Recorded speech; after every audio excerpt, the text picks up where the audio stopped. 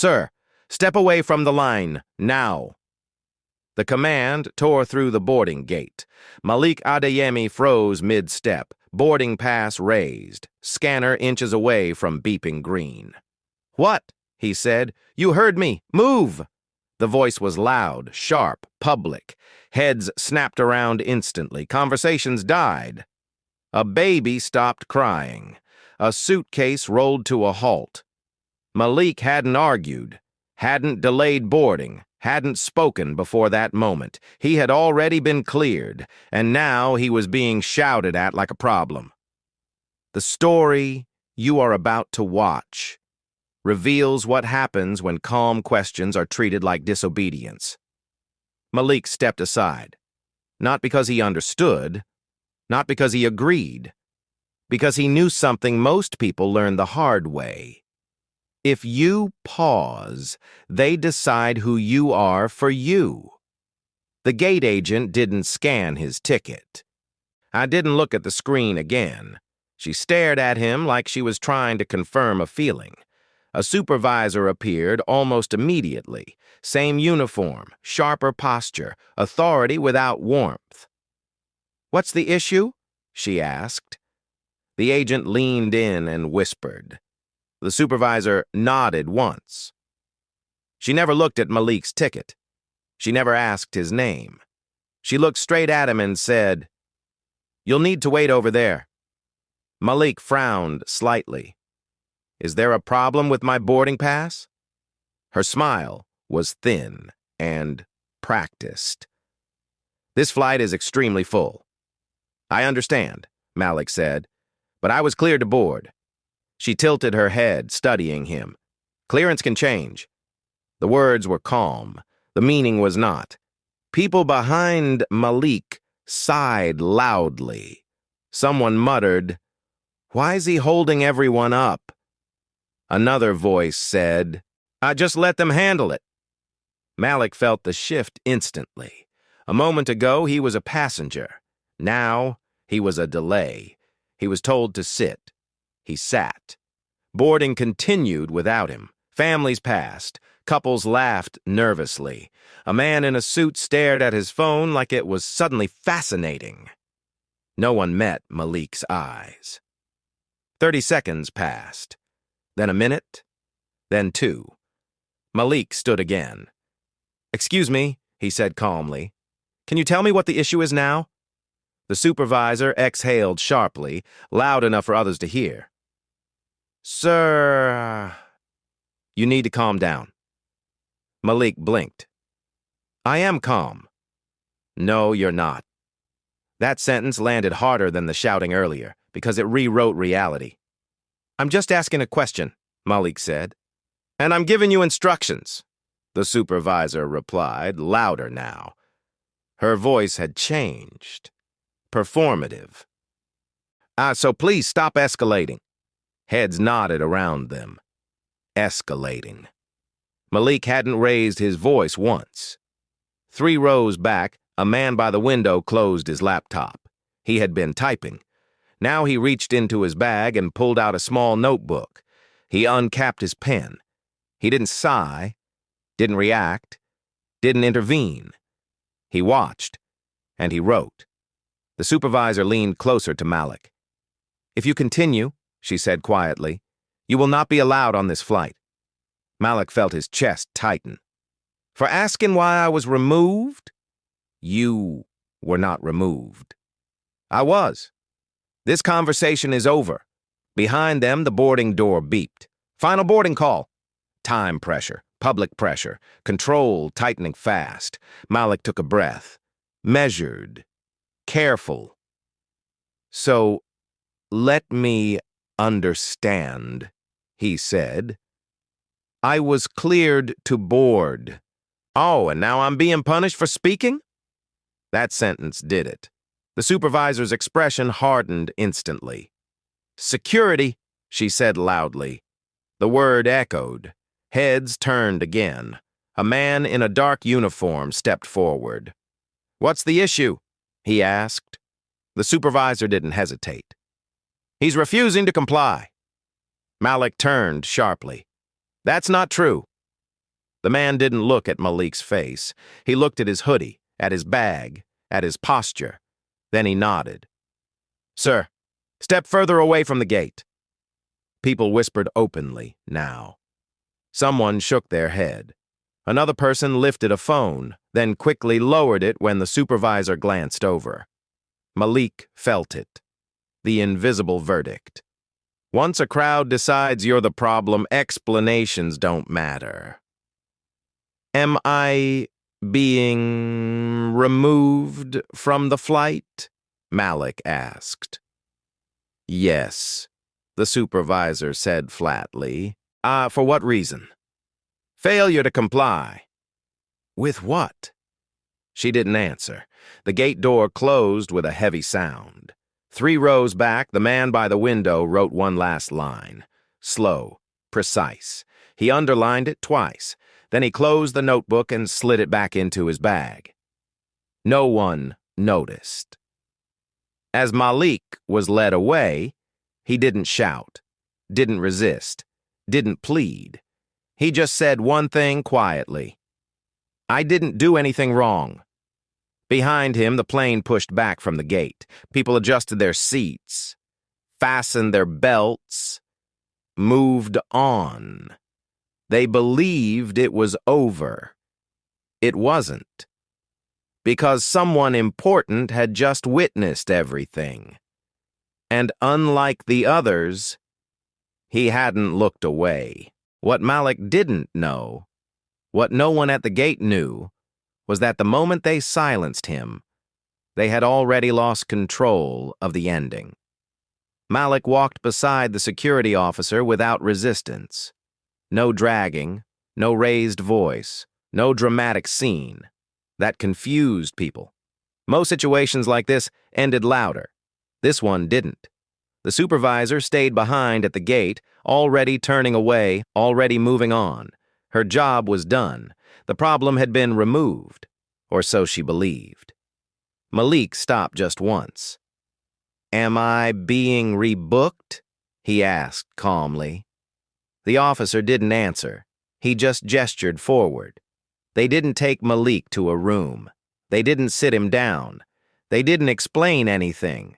They simply walked him past the windows, past the restaurants, past the people who had already forgotten his face. This wasn't punishment. It was erasure. And Malik noticed his hands were steady. That surprised him. Inside, Malik replayed everything. Not emotionally, logically. He counted the seconds, the words used, the order things escalated. Experience had taught him something important. When you're calm, you remember details. And details matter later. Back at the gate, the supervisor exhaled for the first time in minutes. The flight was pushing back. The issue was resolved. She turned to the gate agent. "Make a note," she said. "Passenger was non-compliant." The agent nodded and typed. Neither of them noticed the man by the window rise from his seat. He didn't rush, didn't look back. He exited with the rest of the passengers who weren't boarding, blending into the flow easily. His notebook stayed in his bag. For now. Malik was left standing near customer service. No instructions. No timeline. Just space. After several minutes, he approached the counter himself. "I was removed from Flight 417, he said calmly. "I'd like to understand my options." The agent looked up, paused, typed something, then stopped typing. Her expression changed slightly. "Just a moment," she said. She stood and walked away without explanation. Malik waited. Again. When she returned, her voice was different, neutral, careful. "Sir, can you confirm your full name?" He did. She typed again. Slower this time. "I'm going to rebook you," she said. "But there may be a delay." "That's fine," Malik replied. She glanced at him, surprised by the lack of protest. Most people would be angry by now. Malik wasn't. Anger would give them a story. Silence took it away. In a quiet corridor away from the gate, the man with the notebook stopped walking, and he opened it again. He added timestamps, names, exact phrases. Then he took out his phone, not to record, not to call, to send a short message, no emotion, just facts. Back at customer service, the agent's supervisor arrived. Different uniform, different tone. "Sir," she said politely, "we're just reviewing something." Malik nodded. "Take your time." She hesitated. That wasn't the reaction she expected. "May I ask?" Malik said gently. "What exactly is being reviewed?" The supervisor smiled. "Routine documentation." Malik nodded again. No challenge, no push. But the room felt different now, like something unseen had entered it. Minutes passed, then more. The supervisor stepped away to take a call. Her voice dropped. Her posture stiffened. She glanced at Malik once, then twice. At gate 23. The original supervisor felt a vibration in her pocket. She frowned at the message, then checked another. Her jaw tightened. She turned to the gate agent. "Did anyone file a report?" she asked. The agent hesitated. "No." "Why?" The supervisor didn't answer. "Mr. Adeyemi?" Malik looked up. "Yes." The customer service supervisor gestured politely. "Please come with me." This time, it wasn't security. They led him not away, but inward, into a quieter space, a glass-walled office. A chair was offered. That hadn't happened before. "Would you like some water?" the supervisor asked. "Yes," Malik said. He noticed his hands were still steady. "We just want to clarify a few things," she said. "Of course." She hesitated again. "What exactly happened at the gate?" Malik answered calmly. "Step by step. No emotion. No exaggeration. Just sequence." And she listened closely, took notes, didn't interrupt. When Malik finished, the supervisor closed her notebook. "Thank you," she said. She stood. "We'll be right back." Malik was alone again, but this time, he wasn't waiting blindly. Across the terminal, phones buzzed. Messages moved. Notes were opened. A routine incident was no longer routine. Malik sat calmly in the chair, unaware of the full picture, but something had shifted. The silence wasn't empty anymore. It was loaded, and it was moving. They didn't understand it yet, but the moment they told him to stay silent, they triggered a chain of events they could no longer contain. Malik was still seated when the door opened. Not one person, 3. Different uniforms, different posture, different authority. This was no longer customer service. The first man didn't introduce himself. He didn't soften his tone. He placed a folder on the table and slid it forward. "Mr. Adeyemi," he said evenly, "I need to clarify a few facts before this goes any further." Malik nodded. "That's fine." The man opened the folder. "Did you raise your voice at any airline staff today?" "No." "Did you refuse a direct instruction?" "No." "Did you behave in any way that could reasonably be described as aggressive?" "No." The man closed the folder slowly. The sound landed heavy. Then explain this," the man said. He tapped the folder. "You were recorded as non-compliant." Malik answered immediately. "Because I asked why I was removed after being cleared to board." No pause, no emotion, just sequence. The woman near the door shifted her weight. The third person, silent until now, watched Malik closely. "Before this continues," the third man said, moving closer to the table. There's information you don't yet have. He reached into his bag, removed a notebook, placed it carefully between them. I was seated 3 rows behind the incident, he said. I observed the entire interaction. The room went still. I documented it in real time. The supervisor's face tightened. You stated, the man continued, opening the notebook, that the passenger became difficult after being asked to wait. He looked up. That statement is incorrect. The supervisor inhaled sharply. The man raised a hand. Please don't interrupt. What occurred, he said firmly, was an unwarranted escalation. He turned a page. The passenger was cleared, singled out without cause, and removed when he requested clarification. Another page. This was not confusion. Another. This was not miscommunication. He closed the notebook. This was improper conduct. The words landed clean and final. The supervisor reacted defensively. He was challenging authority. No, the man said sharply. He was asking a question. He refused to comply. No, the man replied. He complied fully. The temperature in the room rose. You interpreted calm inquiry as resistance, the man continued. Then justified removal with vague policy language. He leaned forward. That is an abuse of authority. The first man spoke again. This matter has already moved beyond this room. The supervisor looked up quickly. It was initially logged as a routine compliance matter, he said.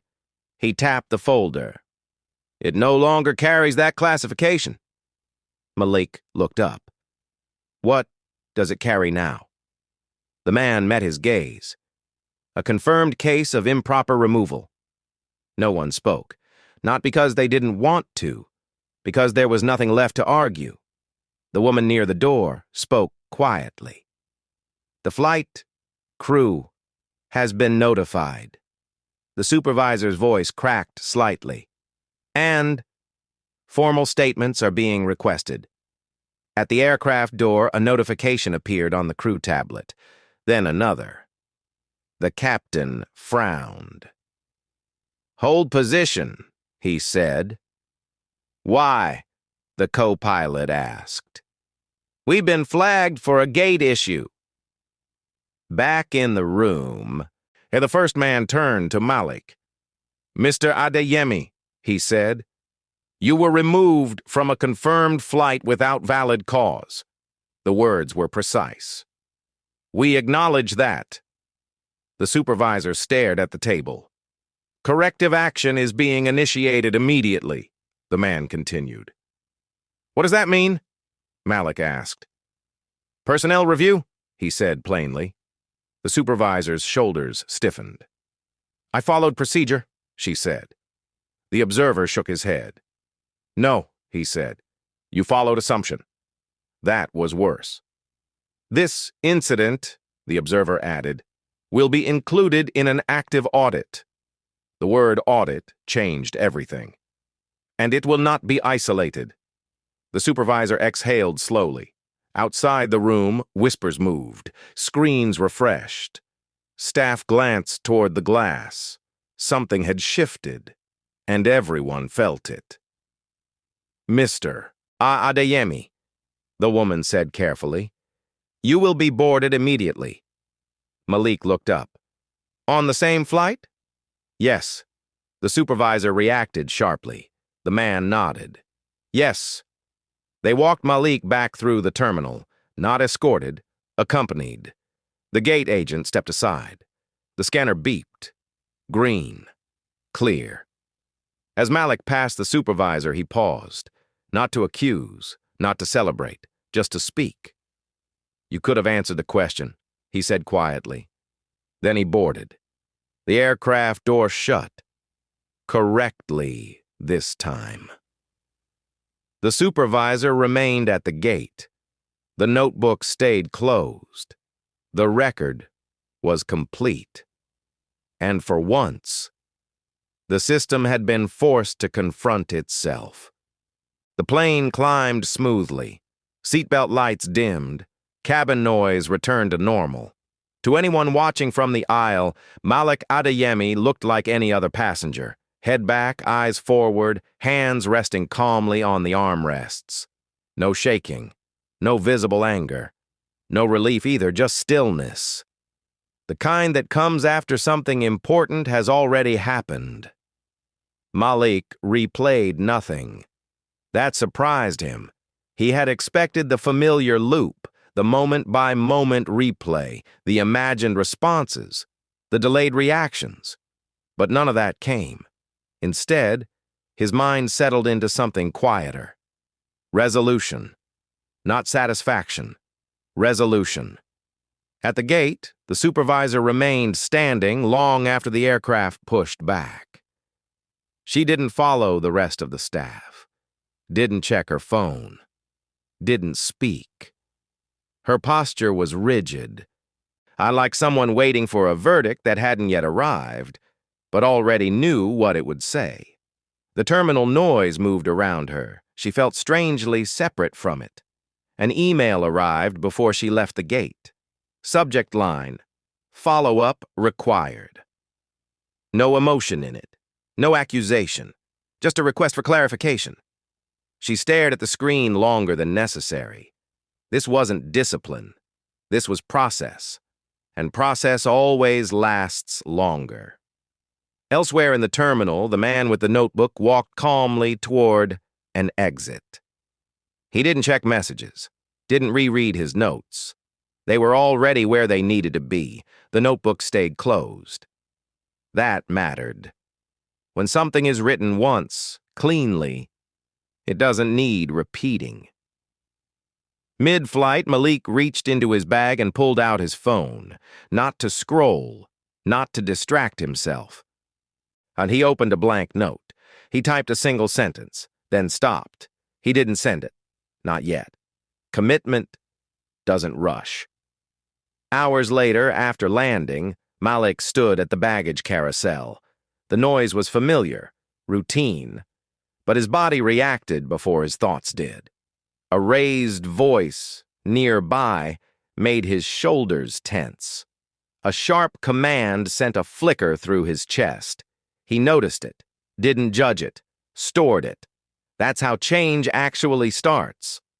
Back at the airport, the supervisor's follow-up became a meeting request. The meeting became a review. The review became a pattern search. No one accused her directly. No one needed to. Data does not raise its voice. At the gate, another agent asked quietly, "Did you hear about Gate 23? Someone shrugged. Someone else said, "I heard it got flagged." No details, no drama, just caution. If people began choosing their words more carefully, procedures were not rewritten overnight. No memo went out, no apology email circulated. Instead, something subtler happened. Supervisors hesitated before escalating. Agents explained policies instead of citing them. Security waited for confirmation instead of assuming necessity. Not because they were told to, because something had shifted. At home, Malik unpacked slowly. He folded his hoodie, placed his boarding pass on the table. He looked at it for a long moment. Then he threw it away. Not angrily, deliberately. That night, Malik opened his laptop. He didn't search for validation, didn't look up similar stories. He opened a document and titled it with the date. He began listing facts, times, words, sequence, no adjectives, no opinions, just record. Anger demands an audience. A commitment doesn't. Malik wasn't trying to prove anything anymore. He was preparing. Another email arrived for the supervisor. This one requested previous incident reports. Plural. She felt the weight of that word. She hadn't done anything unusual. That was the problem. A manager reviewed footage, not just of that day, of other days. Patterns don't shout, they repeat. 3 days later, Malik reopened the note on his phone. He reread the sentence he had typed mid-flight. It still felt right. He added 2 more lines. Then he sent it. No hashtags, no emotion, just information sent to the right place. Nothing happened immediately. That was expected. Real consequences are slow. But somewhere, a process began moving with intention. And once that happens, it doesn't stop just because people want it to. A policy update appeared weeks later. Minor wording change. Clarification added. Training refreshed. No reference to any specific incident. That's how institutions admit something without admitting anything. When Malik read the update, he didn't smile, didn't feel victorious. He closed the page. The point was never acknowledgement. The point was prevention. Months passed. At gate 23, a passenger asked a question. The agent answered it. No escalation, no raised voice, no assumption. No one noticed. That was the success. Some moments don't end loudly. They don't trend. They don't get named. They simply alter behavior. One decision at a time. Malik never told the story publicly. He didn't need to. The silence carried it forward. And pressure, applied carefully, did the rest. Fallout doesn't arrive all at once. It came in pieces. A meeting here, a schedule change there, a responsibility quietly reassigned. Nothing dramatic, nothing public. But everyone involved could feel it. The supervisor noticed it first in the smallest way. She was no longer asked to handle situations. Then she was no longer stationed at the gate during peak hours. Then she was asked to observe instead of lead. No explanation followed. None was needed. Her access changed. Her authority narrowed. Her decisions were reviewed, then reviewed again. Each step was reasonable on its own. Together they formed a boundary she could not cross anymore. She told herself it was temporary, but systems rarely walk backward. Elsewhere, people adjusted. Gate agents learned to pause before acting. Security waited for confirmation instead of instinct. Supervisors explained policies instead of hiding behind them. No memo told them to do this. They had simply learned from watching what happens when something is documented cleanly. At Gate 23, incidents decreased, not because people became better overnight, but because hesitation entered the process. And hesitation, when applied correctly, prevents damage. Passengers asked questions, staff answered them. Flights departed on time. No one applauded. That's how legacy works. Malik never followed the trail closely. He didn't track outcomes, didn't request updates. He had already moved on from the need to witness resolution. His role was complete the moment commitment replaced reaction. Occasionally, Malik overheard conversations, a friend mentioning a change at the airport, a news brief about updated procedures, a quiet shift in language used by staff. He recognized the pattern, but he didn't claim it. Legacy doesn't belong to the person who triggers it. It belongs to the people who live inside the change. The man with the notebook never reopened it for that incident. It was already logged, filed, referenced once in a larger body of work. The story wasn't special because it was extreme. It was special because it was ordinary. Ordinary moments are the most dangerous when ignored. An audit concluded. Recommendations were made. Training modules were adjusted. Language softened in some places, sharpened in others. The system didn't apologize. It rarely does. Instead, it recalibrated. That's how institutions admit fault. By changing behavior, not words. Months later, the supervisor transferred departments. No announcement, no farewell email, and her name faded from the schedule. People noticed, but didn't discuss it. Her absence spoke clearly enough. Consequences don't end careers. They redirect them. She found another role. Quieter, less visible, less power. She told herself the system had been unfair. But late at night, the memory returned. Not of the meeting, not of the review, but of the moment she chose not to answer a simple question. That echo stayed. Malik didn't become an activist, didn't chase platforms, didn't tell his story on panels or podcasts. Instead, he pivoted inward. He volunteered, reviewed policies, advised quietly when asked. He chose spaces where listening mattered more than speaking. What Malik felt that day didn't disappear. It hardened, focused. He learned where his voice mattered and where silence was stronger. That clarity stayed with him. Years later, someone Malik would never meet boarded a flight. They were questioned. They asked why, and they received an answer. Nothing escalated. Nothing broke. They never knew how close it came. That was the echo. The most important consequence wasn't discipline. It wasn't policy. It wasn't reputation. It was hesitation. Introduced at the exact moment authority usually rushes. That pause saved people who would never know it existed. Malik never received recognition. No letter, no apology, no thank you. And he didn't need one. Legacy isn't about being remembered. It's about being felt. Eventually, the incident stopped belonging to anyone. It became reference material, a line in a training example, a quiet cautionary tale.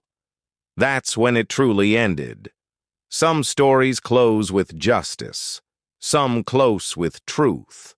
This one closed with behavior change, and they is rarer. The moment passed.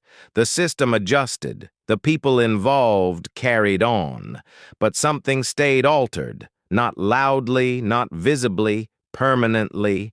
Power doesn't always fall. Sometimes it simply learns it is being watched and acts accordingly.